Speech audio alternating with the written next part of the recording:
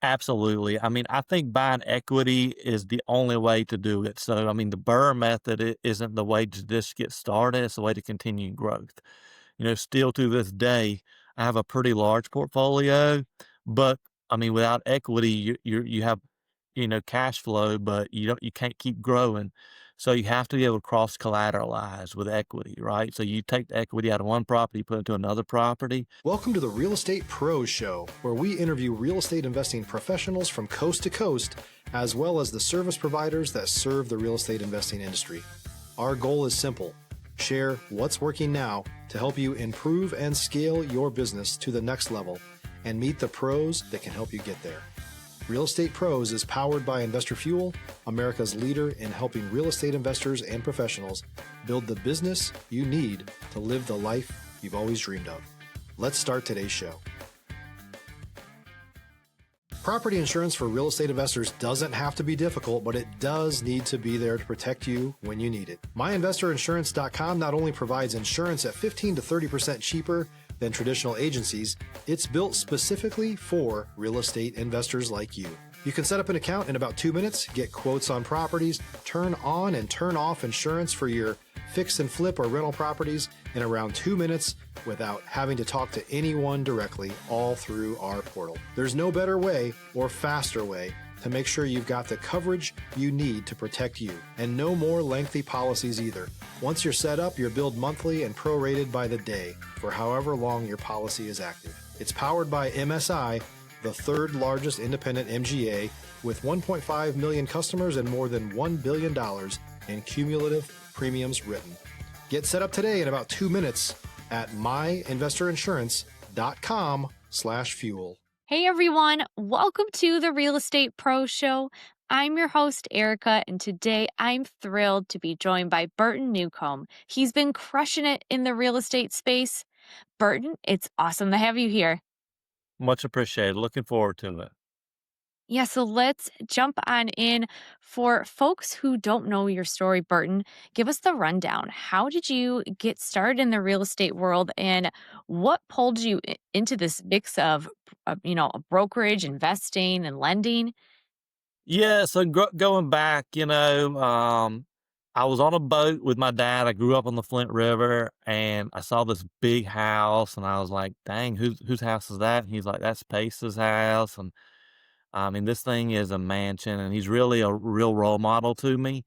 And I talk to him all the time. He's actually a distant relative of mine. He owns a ton of apartment complexes all across America. He's got a jet and really lives the great life.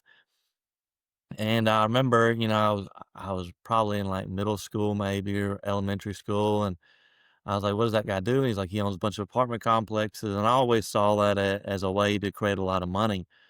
And so growing up, my grandfather owned rental properties. My dad managed the rental properties for the family, which meant, I did all the work on the rental properties. And so I got a background in construction, growing up, doing drywall, framing, light electrical, light plumbing, stuff like that, and clean outs, victim tenants and all that.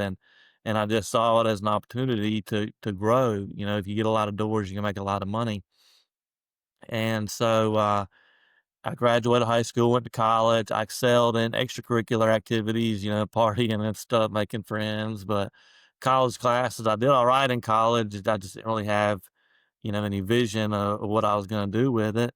And so then I dropped out of college, and I had a little lawn mowing company for a couple of years, my buddy Steven. Then we did that for a little while. Then, I had to become an adult, make a real job. I got a real job through my cousin. It was a gravy job. I loved it. It was a lot of fun. I started out driving a delivery truck, and then I grew from there, managing the warehouse. And it was a really fun job. I shared an office with my cousin and another guy, and I worked in the warehouse doing inventory and all that. And I probably did a solid, 2 to 3 hours of real work a day. The rest of the time, we we we had a TV in our office. We'd watch, Netflix, or we had a dartboard in there. We played darts. We had a gun range in the back of the warehouse. We'd shoot guns. We had a knife throwing board. So we had a lot of fun there too, but I wasn't really making any real money. Stop living on an island and join the #1 mastermind in America for professional real estate investors. Investor Fuel is a community of hundreds of the nation's top investors working together to build stronger businesses and better lives. In addition to the amazing community of real estate investors acting as a board of advisors for one another, Investor Fuel members have access to 100% funding on purchase and repairs for our members only, a health insurance program, and benefits and discounts that more than pays for the membership of most of our members, meaning it's actually costing you money to not be a member of Investor Fuel. If you're looking to scale your business and build a business that allows you to live the life of your dreams, please visit investorfuel.com today and book a call with our team. And I always wanted to own a small business, looked into buying a small business, but um, the banks wouldn't talk to me because I didn't have any money and et cetera. So I looked into getting my real estate. I always saw real estate as an opportunity. Worked on getting my real estate license. I did all my real estate school while I was on the clock at my old job. When I ended up finishing real estate school, I had to take a final exam, and I told my boss, I was like, "You can either let me off for the day to go to Atlanta, take this exam, or, you can sign this piece of paper saying you're gonna watch me and that I'm not gonna cheat, and et cetera." So he signed a piece of paper, instead let me get a day off of work, took the test, passed the test, got my then I had, after passing the exam, I had to go take a state test, went and took a state test in Macon. And then I got my real estate license, started interviewing real estate brokers, and I went with Albany Realty because they had a background in owning a lot of real estate and rental properties. And I saw that as my opportunity because I always wanted to work with investors. So I got connected with a bank through some foreclosures, and then I got connected with a girl whose relative died, leaving her, it was like, I don't know, 20, 30 rental properties, and so I listed all those, put all those on the MLS, started getting a lot of calls from real estate investors, and one of those calls is one of my biggest clients to this day. Owns rental properties that I manage for him because I'm a real estate broker now. So I manage real estate, buy sell real estate, and sell real estate. Me and him are really good friends. He flips houses, all that. But it's got started with him. I sold him one property, sold him another property. A package of rental properties hit the market. So I sold him like $320,000 worth of rental property. That was my biggest sell at the time. And I always saw working with investors as what I identified as. And then I bought a duplex. I house hacked it. I lived in one side, rented out the other. And then a guy across the street, he had some bad health issues, and he's a super nice guy. I got to meet all my neighbors. And when he got put in the hospital, I sent the owner of the house, was a relative of his. I sent him a couple letters saying, "Hey, I want to buy your property or sell it, whatever." I never got a response back. It's hard to get responses from mailers. You got to send a lot out to get a response, right? Well, one day I went home on work to walk my dog, saw a Camaro in the driveway because it was like kind of catty corner to my duplex. And I stopped and talked to the dude, and I was like, "Hey, I'm a real estate agent." I was like, "I can help sell it or whatever, but I'd really like to buy it." And so, then we worked out a deal. He gave me the keys. I got inspections done and all that. But then I went to the bank. I had the money to put 20% down, but the bank wouldn't work with me because of the amount of work this needed. I mean, it's a total gut job, right? And all that. I didn't have any history, and I didn't have an awful lot of cash like banks want. I was lucky at the time because my cousin and his father were looking at buying some rental properties. Me and my cousin are pretty much the same age, and then his uncle, we're all real close. And so I was like, "Hey, I got this opportunity." I was like, "If y'all front the money," I was like, "I'll do a lot of the work." Me and his son did a lot of the work that we could do. Then we hired a roofer, air conditioning. We had to put a new roof on it. We had to redo the electrical, and we bought the house for $12,000. We were all in for $25,000. It's worth about $70,000, and then the snowball started from there. So, Wow. Wow, that is quite a journey, and, there's so many different parts to it. Was there a specific moment for you that you knew this was gonna be your path? really, I got my real estate license because I just saw it as a way to build my own business and without, going through a bank and getting loans to buy another business. If you're looking for consistent, high quality leads, look no further than Investor Machine. Investor Machine isn't just another agency, it's the most sophisticated, data driven lead generation company on the planet for real estate investors, and serves the role of being not just a lead generator for your business, but a marketing partner that is helping you achieve your goals along the way. Go to investormachine.com to learn more and schedule a call with our team today.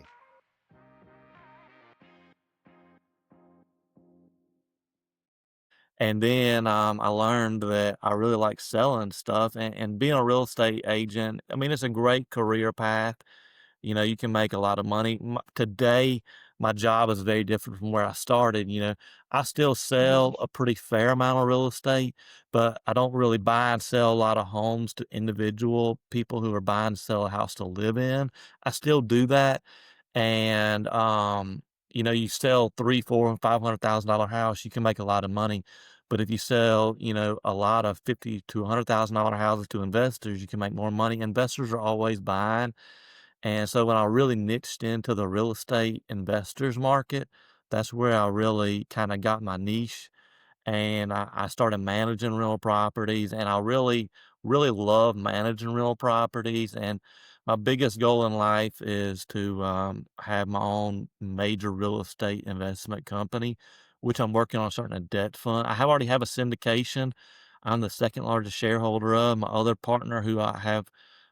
We have a lot of we have a lot of rental properties. I met him through a restaurant deal. It was just by chance. I knew of another 2 quads on the same property, 8 doors. We bought for 340. We bought it, we sold it a year and a half or so later for 600 grand. We 1031'd all that, and me and him have really become great partners, and we started a syndication. Me and him are the 2 largest shareholder. He's a doctor, and I'm a real estate broker, so our income interests are very different. But he's backed me on a lot of deals, and so having a great partnership can really make you or break you in this business. And I still buy and sell real estate, but ultimately my grand plan in life is to have a debt fund, which I'm working on starting through my syndicate under my syndication, and I really want on about 4,000 doors is my grand plan in life, because you got to have a lot of doors to make any real money. I mean, before you make life-changing cash flow, you need to own about 100 plus doors and get started. Equity is the key. You have to have equity. So you want to buy, your worst house, best neighborhood, and use the forced equity strategy like the BRRRR method or something like that to really get your portfolio off the ground and really getting started in real estate. The best way to get started if you have low cash, you can buy a duplex and house hack it, or a triplex up to 4 units. You can house hack with an FHA, VA, USDA loan, and get, 3.5% financing down, 100% however you work it out. I'm getting started. House hacking is the best way to get started, but you always have to have equity in properties, in my opinion. Yeah, absolutely. You mentioned the Burr method for, getting started. Is that something that you still do a lot today, or are you leaning into different strategies when opportunities pop up? Absolutely. I mean, I think buying equity is the only way to do it. So, I mean, the Burr method isn't the way to just get started. It's the way to continue growth. Still to this day, I have a pretty large portfolio, but I mean, without equity, you have, cash flow, but you can't keep growing. So you have to be able to cross collateralize with equity, right? So you take the equity out of one property, put it into another property. And so no matter what, I'm not going to buy anything unless I have a lot of equity in the property. For example, my most recent purchase, I bought right across from my office. I bought 9 doors. Well, I bought a 9 unit apartment complex, like a mini apartment complex. It was 100% vacant when I bought it, and we bought it for 450 grand, 100% vacant. Vacant, it appraised at 675. Once we get it at, 100% occupancy, give or take, it'll be worth about $1 million, give or take. And so, we'll have, half a million or so dollars sitting there. We'll take that money out, we'll refinance it, put it to another opportunity. So without using equity, you're never going to get ahead in life, in my opinion. And that's where a lot of people get stuck, I think. Yeah, yeah, and, the market that, you're operating in, it can be so dynamic. Can you share where you're active and what makes those markets appealing for your business? If you're a new or newer real estate investor looking to launch or grow your real estate investing business, please check out Investor Fuel Club. It's a coaching community, but unlike anything you've ever seen before. And you can actually partner with members of our mastermind from coast to coast on deals right in your market. There's no better opportunity to build a consistent business than to literally partner with pros to help you avoid costly mistakes, avoid the need for capital to do deals, and help you eliminate your fears as you're starting your business. Learn more about Investor Fuel Club at investorfuel.com/club. Yeah, so I'm in Albany, Georgia, about 3 hours south of Atlanta. It's where I grew up, and I'm a part of several different mastermind groups like Action Academy. It's a podcast. I'm a member on the back end of it, and Aspire, with Eddie Wilson and Andrew Cordell. I got a private, I got a lot of jobs. I'm a private money broker as well through them. And I did that really so I could start brokering money to myself as well as other people. But I think masterminds and all that are really the key to learning more, but I'm in South Georgia and I buy where I live.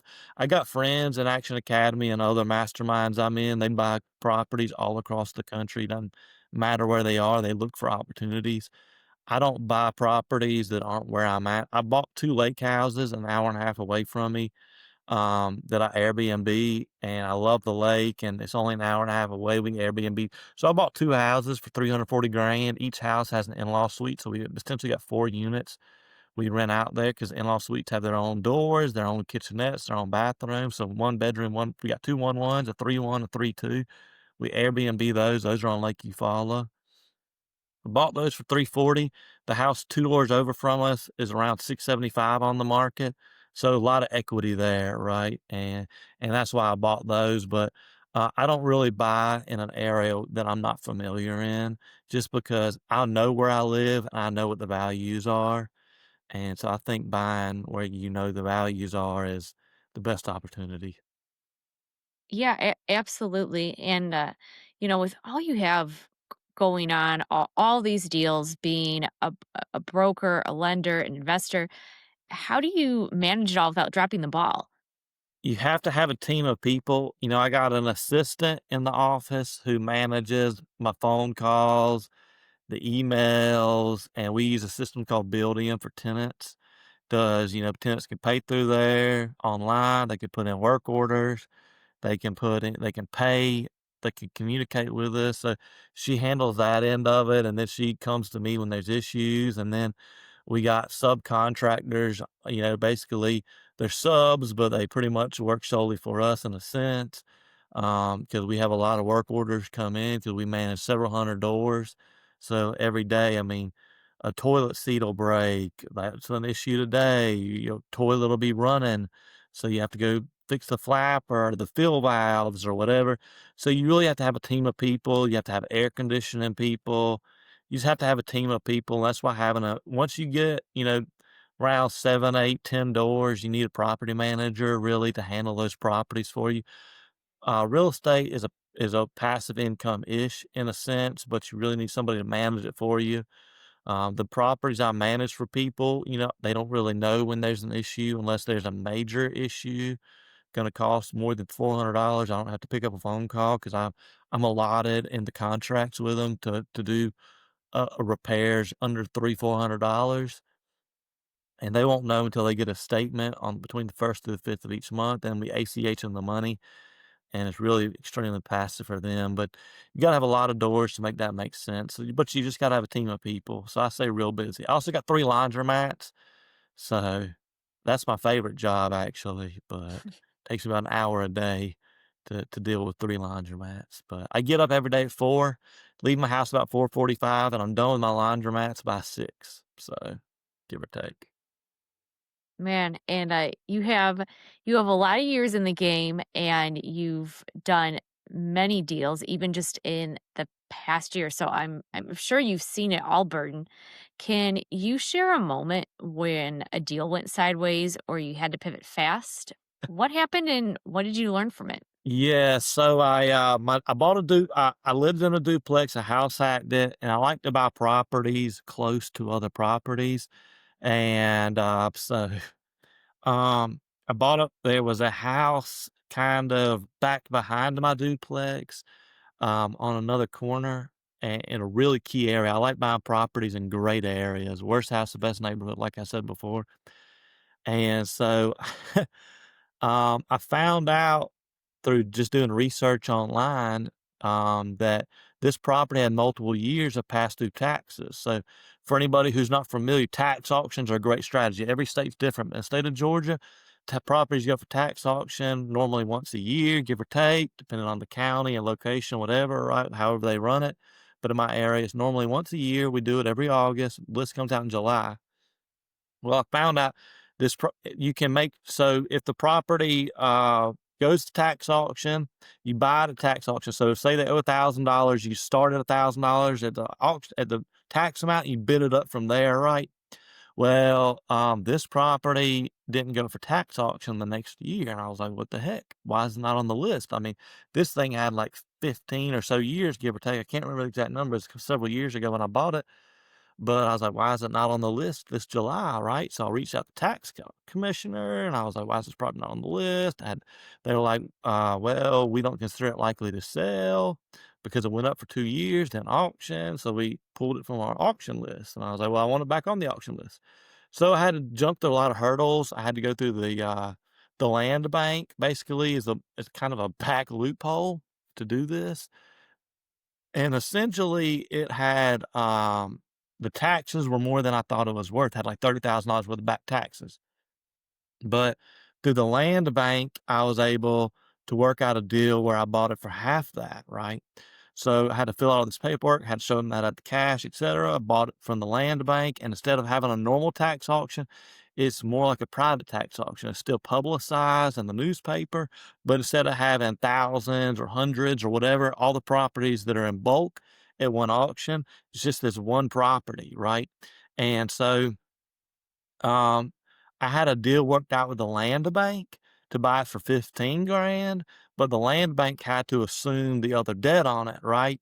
And so it went to a public auction. Nobody showed up to bid against it. If somebody would have showed up to bid against it, where I had it locked in for 15, they would have had to start at the entire tax amount. So let's say the entire tax amount that was owed was 30, they would have had to start out at $30,001, give or take, whatever, right, to bid it up from there to pay for it. But I was locked in at 15. So then the land bank got possession of it. Takes, I think, like 6 months or so for them to do all their paperwork on it. And then you go to a closing with the city, the land bank, however it works out, right? So I bought it from the land bank slash city of Albany for 15 grand. And then now the people were living in this house, real nice people. But they were living in this house. Now, before you don't get to go in these houses. It's not like buying a house you can live in or you get tour, you get to do inspection. Well, I knew it had a tarp on the roof, but replacing roofs is really no big deal, right? I got a bunch of friends in the roofing business, and so replacing the roof, I've done it tons of times, no big deal, right? I was like, put a new roof on, no big deal. I measured it out I measured it from online. I sent it to my buddy with the roofing company, told him how many squares it was, and I was like, send you guys over there after I bought it. Well, I had to give the people 60 days notice to vacate, had to get possession of the property. Well, so I bought it for 15. I was going to be all in for another 15. That's 30 grand, right? Sounds great.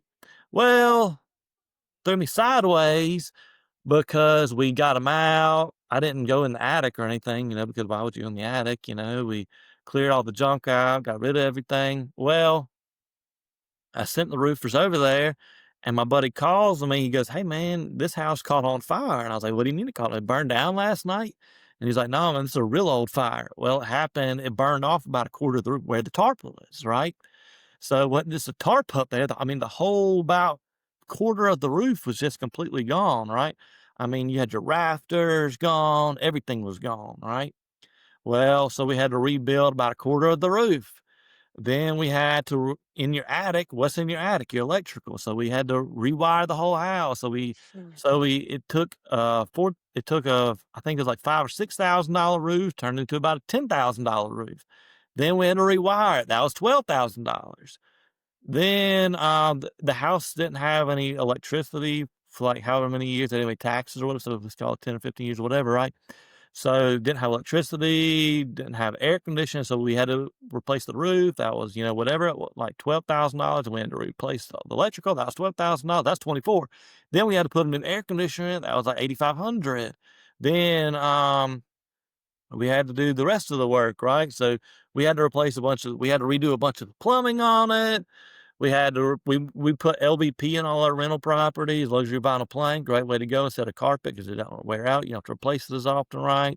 So that was about, I think, $6,000 to put new LVP in it. We put butcher block in all our rentals because tenants will set hot pans on for mica or whatever to burn it.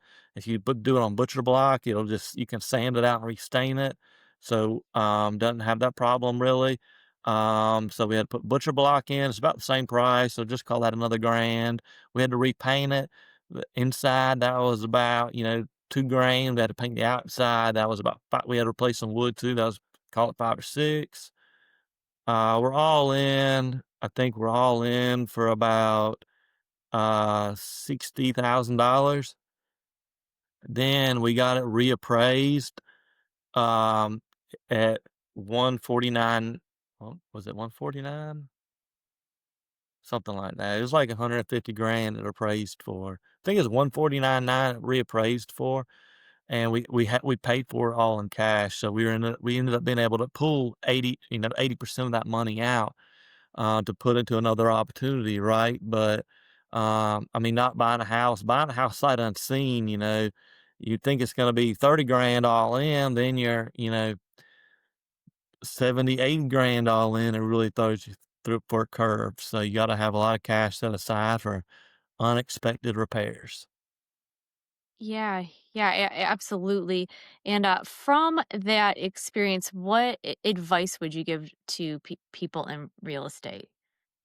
I mean, don't ever expect to be able to be all in for, a certain dollar figure because I mean, it happens all the time. I mean, things rarely ever go to plan. I mean, you always need to have additional reserves built up in your bank, in your LLC, or however you incorporate account for additional expenses because other things are going to come up no matter what. And that's why having a partner who, backs it, you know, is so key, because you may not be flush, but they are. That's why having a financial partner, you need to have a partner who does the work and oversees everything. And then you need to have a financial partner who's there to handle the expenses and throw more money in because a good partnership can make or break it and sink a ship. Yeah, absolutely. Well, Burton, this has been gold. If someone wants to reach out, connect with you, maybe collaborate, what's the best way for them to get in touch? Yeah, they can find me on Instagram at Burton Newcomb, at sign BurtonNewcomb. I've just started my own podcast called the River of Money Podcast. I've got like not a bunch of episodes, but it kind of talks about real estate strategies, buying small businesses, things like that. So they can find me on Instagram if they want to jump on a podcast with me. I love that. Well, how exciting that you have a podcast too. It's fun having a podcast. Burton, thank you so much for dropping all this knowledge today. Absolutely, it's been a pleasure. And for our listeners, if you got value from this episode, make sure that you're subscribed to the Real Estate Pro Show. We've got more episodes lined up with heavy hitters like Burton who are out there building incredible real estate empires. We'll see you on the next episode. Thanks for joining us for today's Real Estate Pros Show. You can learn more about the amazing benefits of the Investor Fuel Mastermind community, including surrounding yourself with hundreds of other rock stars, 100% financing for your deals, and members-only discounts from vendors you're likely already using that, as a member of Investor Fuel, will save you more than the cost of your membership. visit investorfuel.com to learn more. If you're interested in joining us as a guest of this show, please visit investorfuel.com/pros to apply. You can also check the show notes for access to free resources, how to get access to world-class lead generation, and much more. Don't forget to subscribe so you never miss another episode. Have a great day. We'll see you on the next show.